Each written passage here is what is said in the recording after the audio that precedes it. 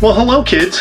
It's collaboration time. First off, apologies for not doing any other videos than the collaboration videos, but we have been stupid busy. Say hi, Gracie, because you know how it works. When we start filming, Gracie's got to get in the middle of it. This month's collaboration topic is best campgrounds or campsites.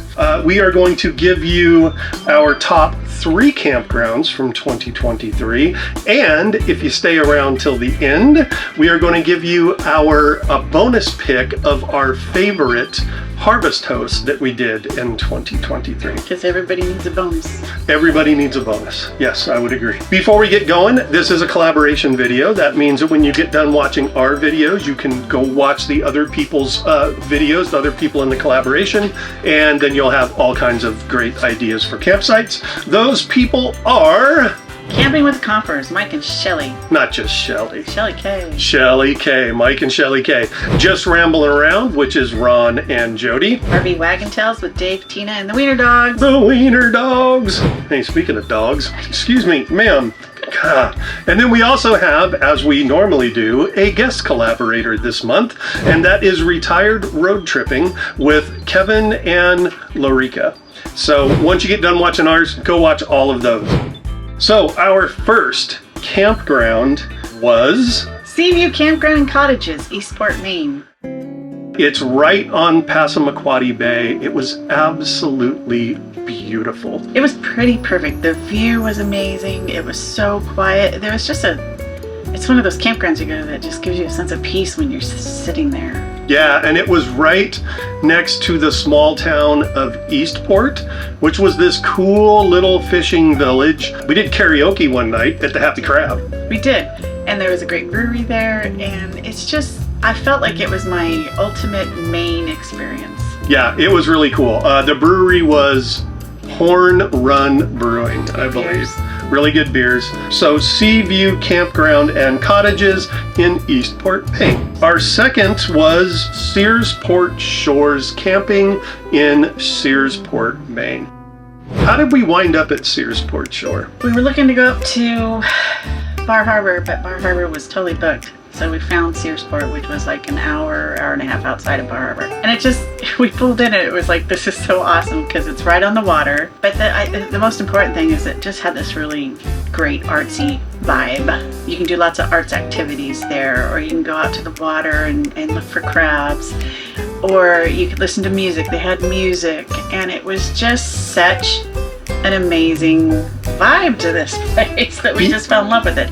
And it's right outside, it's like 5 miles away from the little town of Searsport, which happens to be my favorite town in Maine that we did. Oh, no, it wasn't Searsport. It was Belfast. Belfast, that's Belfast, Maine. It was a little harbor town that was literally like a 5-minute drive from the campground. The thing that was cool about Belfast is it wasn't overrun with tourists, and we were there in July, late July, early August. It was not overrun with tourists. It was a great little town, had a couple of great breweries in it, a little art supply store that you wound up with some watercolor stuff. But the views were like picture perfect. Yeah, the day that we showed up into Belfast, there was all of these like fluffy clouds in the sky, and it was like looking at a painting of a New England harbor town. It was gorgeous. And then right outside of that little town is your favorite restaurant. Ooh, Young's Lobster Pound. I'll link that episode up here. And when we went to Young's Lobster Pound and had lobster, it was amazing. The third one was Mackinaw Mill Creek Camping. Unfortunately, we didn't get a lot of footage of the campground itself, and the reason we didn't get a lot of footage of it is because we were getting a lot of footage of Mackinaw Island, because we went over to Mackinaw Island. But Mackinaw City was cute, which is like 5 miles away. The campground was just very peaceful too, and we got very fortunate. We were right off the water. We could see the Mackinaw Bridge. Mighty Mac. We could see the bridge. We spent, I think, a little bit longer than a week there. Yeah. The temperatures were perfect. It was chilly in the morning, but you'd get up and it would just be, the weather was perfect. And then going over to Mackinaw Island was such a unique experience. It was after Labor Day, so there wasn't there wasn't a lot of, like during the summer, I think they have a lot of food trucks and entertainment and stuff there at the campground. We were there after Labor Day, so it was kind of off season, so there wasn't as much of that stuff going on, but it was still great. We had a lovely time at that place. So Mackinaw Mill Creek Camping. If you're going to go to Mackinaw Island, highly suggest staying. And I highly suggest going on the shoulder season. Like you said, it was just after Labor Day, and everything was just stunning. Well, especially if you're going to go to Mackinaw Island, because after Labor Day on the shoulder season, it's a little cooler.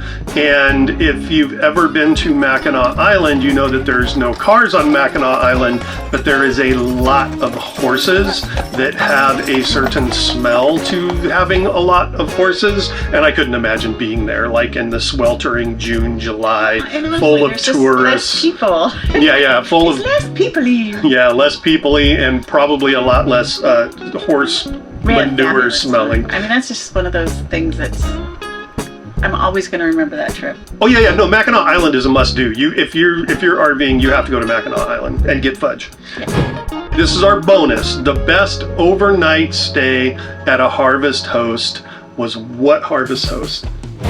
Rohrbach Farms. Rohrbach Farms. Which, aren't you surprised it's not a brewery? I know. I'm surprised it's not a brewery, but we did hit a lot of really good breweries. And we did go back and forth on this because it was a brewery that we really liked. But talk about the perfect stay. Yeah. Rohrbach Farms, because they had a barbecue restaurant on the farm, and we got barbecue and a beer. The farm is beautiful. Lots of places to take cute pictures. They have a little store that we bought some stuff in. But mostly it was just a big space to park your rig, and it was so comfortable, and at night it was so quiet, and it was just so beautiful. We opened up all the windows, and you could hear the cows mooing in the field, and it was just lovely. And we also, the night that we got there, we got together with the lady who her and her husband own the farm, and we sat and chatted with her for probably a good half hour, just hearing her story. That's the one cool thing about like some of these Harvest Hosts, is you'll get to meet the people that own the brewery or own the winery or own the farm, and just share stories. Yeah. All right, well, I think that is it for this month's video.